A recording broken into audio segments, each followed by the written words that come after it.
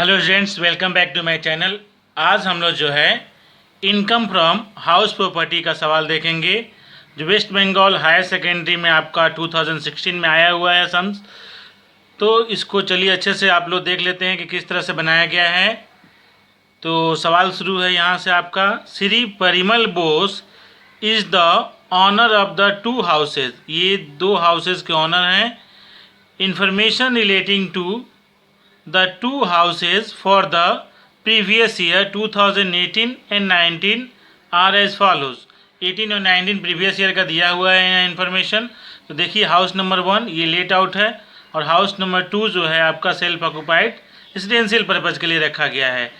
तो क्या क्या दिया गया है इन्फॉर्मेशन देख लेते हैं। पहला है म्यूनसिपल वैल्यू, फर्स्ट का 4,50,000 और सेकंड का 1,75,000। फेयर रेंट हाउस नंबर 1 का 5 लाख, हाउस नंबर 2 का 1,19,000 और एनुअल रेंट जो है फर्स्ट का जो है आपका 6 लाख और सेकंड जो है सेल्फ ऑक्यूपाइड इसलिए कोई रेंट नहीं होगा। उसके बाद इंटरेस्ट ऑन लोन जो है फर्स्ट हाउस का 1,10,000 और 1,60,000। ये दिया गया किसके लिए? फॉर कंस्ट्रक्शन ऑफ हाउस के लिए है।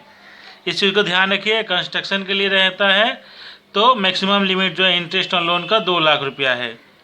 वैकेंसी पीरियड जो है 3 मंथ है, इनका कुछ नहीं है। उसके बाद म्यूनसिपल टैक्स आपका जो है 10% फर्स्ट हाउस पे और सेकेंड हाउस पे भी 10% है। Compute income from house property of Shri Parimal Bose for the assessment year 2019 और 20। ये सवाल दिया गया है, इसी को हम लोग को बनाना है। तो चलिए बनाना आप किस तरह से बनाएंगे वह देख लेते हैं। तो बच्चों ये जो है आपका फॉर्मेट है computation of income from house property. SSC का नाम लिखेंगे श्री परिमल बोस, यानी जिसका जो हम लोग बना रहे हैं इनकम निकाल रहे हैं। स्टेटस ए रेसिडेंशियल इंडिविजुअल और लेट आउट दोनों हैं आपका। और असेसमेंट ईयर 2019 और 20 और प्रीवियस ईयर जो है 18 और 19। प्रीवियस ईयर का जो भी इनकम होगा रेंट का उसी का केवल हम लोग यहाँ पे दिखाएंगे। तो इसमें सबसे पहले बच्चों हम लोग क्या करेंगे कि ग्रॉस एनुअल वैल्यू निकालेंगे। तो ग्रॉस एनुअल वैल्यू यहाँ पे हम लोग उसको वर्किंग नोट में कर लेते हैं, उसके बाद यहाँ पे डायरेक्टली पुट करेंगे। तो चलिए वर्किंग नोट देख लेते हैं कि ग्रॉस एनुअल वैल्यू कैसे निकला हुआ है। तो देखिए यहाँ पे वर्किंग नोट ऑलरेडी करके दिखा दिया गया है कि computation of gross annual value of house number 1 let out. Particulars आपका स्टेप 1 म्यूनसिपल वैल्यू दिया गया है और फेयर रेंट। तो विच एवर इज हायर, इन दोनों में जो हायर होता है वही हम लोग का जो है रीजनेबल एक्सपेक्टेड रेंट होगा। अब उसके बाद क्या करेंगे कि रीजनेबल एक्सपेक्टेड रेंट और एनुअल रेंट में हम लोग देख लेंगे कौन हायर है। इसका स्टेप जैसे थोड़ा सा डिफरेंट है। स्टेप को आप लोग को बताया गया कि 3 स्टेप में कि म्यूनसिपल वैल्यू और फेयर रेंट में जो हायर हो उसके बाद हम लोग नोशनल वैल्यू आता है उसको कंपेयर करते हैं स्टैंडर्ड। तो यहाँ पे स्टैंडर्ड रेंट ऑलरेडी नहीं है, इसीलिए हम लोग सेकेंड स्टेप को लिया गया है। ऑलरेडी एक स्टेप यहाँ पे छोड़ा गया है क्योंकि वो सम्स में नहीं है, स्टैंडर्ड नहीं है, इसीलिए यहाँ पे हम लोग डायरेक्टली जो है पहले म्यूनसिपल वैल्यू और फेयर रेंट का हायर अमाउंट जो होगा यानी 5 लाख, इसको रीजनेबल एक्सपेक्टेड रेंट कहा गया है। फिर एनुअल रेंट का जो है हम लोग 6 lakh, whichever is higher, इन दोनों में क्या देखेंगे हायर। तो हायर हम लोग का 6 लाख है। अब इसमें हम लोग क्या करेंगे कि लेस करेंगे वैकेंसी पीरियड रेंट जो है वह 3 मंथ का आपका वैकेंसी पीरियड था सम्स में। तो 3 मंथ का निकालेंगे। एनुअल रेंट जो है 6 लाख, उसका 3/12 3 मंथ का निकालेंगे तो 1,50,000। तो आ जाएगा हम लोग 6 लाख में 150 लेस करेंगे तो 4,50,000। ये हम लोग का आ गया ग्रॉस एनुअल वैल्यू। अब डायरेक्टली इसको हम लोग वहाँ पुट करेंगे। तो चलिए बच्चों यहाँ पे हम लोग हाउस नंबर 1 का जो है हम लोग निकाल लेते हैं कि इनकम फ्रॉम हाउस प्रॉपर्टी कितना होगा। तो हम लोग यहाँ डायरेक्ट पुट करेंगे ग्रॉस एनुअल वैल्यू जो वर्किंग नोट करके हम लोग निकाले हैं। यहाँ पे WN1 नोट कर देंगे कि वर्किंग नोट 1 को देख लीजिए वहाँ पे। यहाँ पे आपका 4,50,000। इससे हम लोग क्या करेंगे लेस करेंगे म्यूनसिपल टैक्स।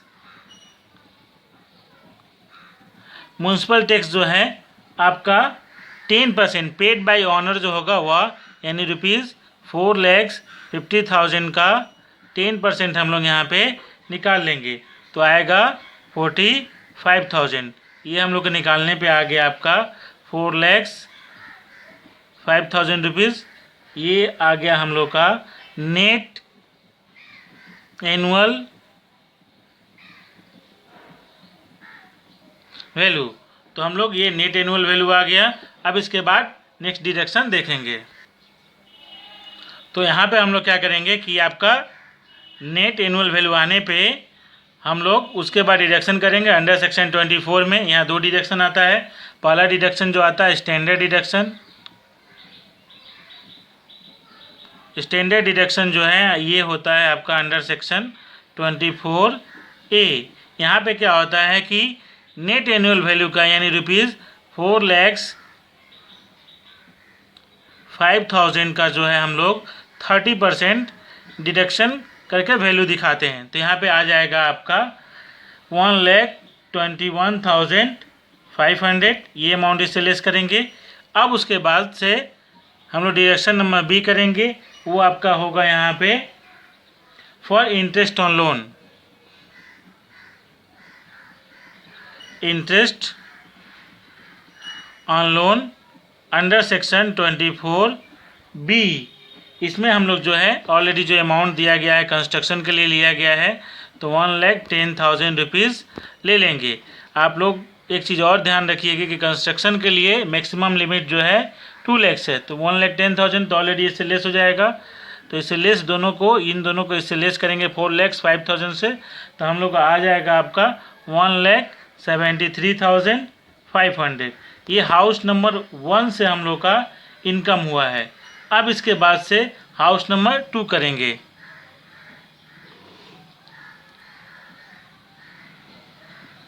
हाउस नंबर 2 ये जो है आपका सेल्फ ऑक्यूपाइड है।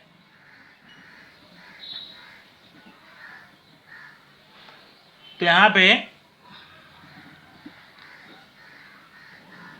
सेल्फ ऑक्यूपाइड में हम लोग म्यूनसिपल वैल्यू ऐसा सब तो कुछ नहीं आता है। डायरेक्टली हम लोग जो अमाउंट जो है ग्रॉस एनुअल वैल्यू शुरू करते हैं। तो ग्रॉस एनुअल वैल्यू, यहाँ पे ग्रॉस एनुअल वैल्यू जो है वो आपका नील होगा, कुछ नहीं आएगा, और इससे कोई भी म्यूनसिपल टैक्स भी नहीं लगेगा। तो केवल उसको शो करके दिखा देंगे म्यूनसिपल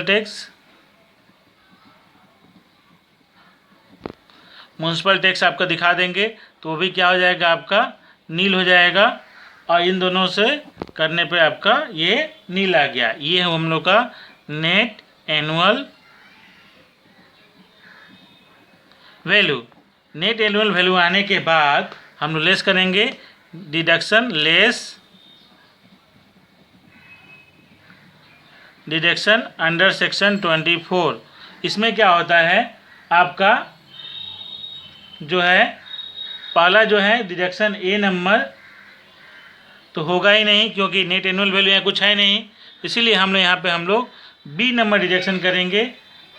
तो वो जो है यहाँ पे होगा, तो यहाँ लिखेंगे interest of for interest on loan. ये जो है आपका 1,60,000 है, ये हम लोग लेस करेंगे। तो यहाँ पे और कुछ नहीं है, तो इतना ही दिखा देंगे। फिर इसको हम लोग आउटर कर देंगे 1,60,000। तो हाउस नंबर 1 से जितना आपका इनकम फ्रॉम हाउस प्रॉपर्टी हुआ है उससे ये लेस होगा, क्योंकि सेम ओनर का है, 2 हाउसेज का, एक लेट आउट और एक सेल्फ ऑक्यूपाइड। तो लेस होने के बाद आपका आ जाएगा 13,500। ये हम लोग का आपका आ गया इनकम फ्रॉम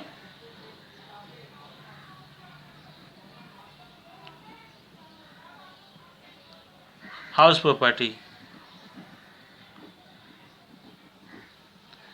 तो इस तरीक़ा से एग्ज़ाम में आप लोग को बनाना है, और ये एग्ज़ाम का आया हुआ सम्स है। यहाँ पे एक चीज़ और ध्यान में, अगर लिखना चाहते हैं तो लिख सकते हैं मैक्सिमम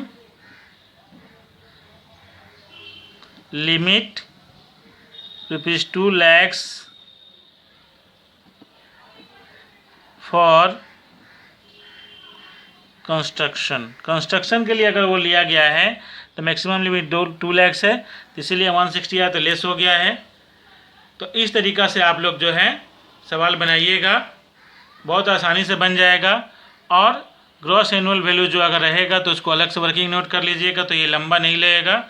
और यहाँ पे साफ़ सुथरा ये जो है आपका सम्स जो है बनेगा। इस चीज़ को ध्यान रखिएगा। एक चीज़ और आप लोगों को मैं बता दूं कि इस चार्ट के माध्यम से हम लोग किस तरह से हम लोग ग्रॉस एनुअल वैल्यू कैलकुलेट करते हैं। तो देखिए म्युनिसिपल वैल्यू और फेयर रेंट दिया रहता है, इन दोनों के अमाउंट में हम लोग कंपेयर करते हैं कि कौन सा अमाउंट हायर है। जो अमाउंट हायर रहता है उसको लेते हैं, उस अमाउंट को, और स्टैंडर्ड रेंट को कंपेयर करते हैं। स्टैंडर्ड रेंट को और हायर अमाउंट को कंपेयर करके हम लोग दोनों को देखते हैं। जो अगर लोअर होता है उस अमाउंट को लेते हैं, वह लेने के बाद लोअर अमाउंट को और एक्चुअल रेंट को, लोअर अमाउंट और एक्चुअल रेंट को दोनों में कंपेयर करते हैं। जो हायर होता है वह हम लोग ग्रॉस एनुअल वैल्यू के लिए लेते हैं। लेकिन अगर मान लीजिए कि ये स्टेप अगर नहीं है, इस सम्स में ये स्टेप नहीं था, तो हम लोग दोनों हायर यहाँ पे कंपेयर करके डायरेक्टली जो हायर अमाउंट है वो लिए हैं। इस चीज़ को अच्छे से ध्यान रखिएगा। तो सभी बच्चे जो हैं हमारे संग बने रहिए, मेरे वीडियो को देखते रहिए, और जहाँ नहीं समझ में है तो आप लोग कमेंट करके बता सकते हैं। फिर आपको एक नया वीडियो आएगा, उसके बारे में बताया जाएगा अच्छे से। इसी तरह से आप लोग प्रैक्टिस करते रहिए। आज का वीडियो यहीं समाप्त होता है। आप सभी को वीडियो देखने के लिए धन्यवाद, और मेरे वीडियो को आप लोग सब्सक्राइब करिए और लाइक करिए, जिससे आप लोग के लिए मैं बार बार नया वीडियो लाते रहूँगा जो आप लोगों के लिए बहुत इम्पोर्टेंट होगा। तो सभी लोग जो है घर में रहिए और स्वस्थ रहिए और अपने पढ़ाई पे ध्यान देते रहिए, जिससे आप लोग को एग्ज़ाम में अच्छे मार्क्स आ सके। धन्यवाद।